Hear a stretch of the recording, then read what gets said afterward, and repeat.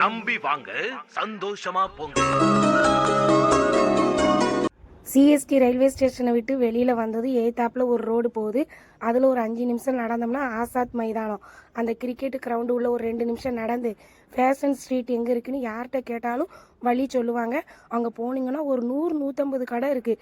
சின்ன பிள்ளைகளுக்கு, வயசு பசங்களுக்கு அழகழகாக புது புது மாடலில் ட்ரெஸ்ஸு கிடைக்கி. ஒரு சில கடையில் ஒரே விலைன்னு போட்டிருக்காங்க, அவங்க விட்டே கொடுக்க மாட்டேக்காங்க.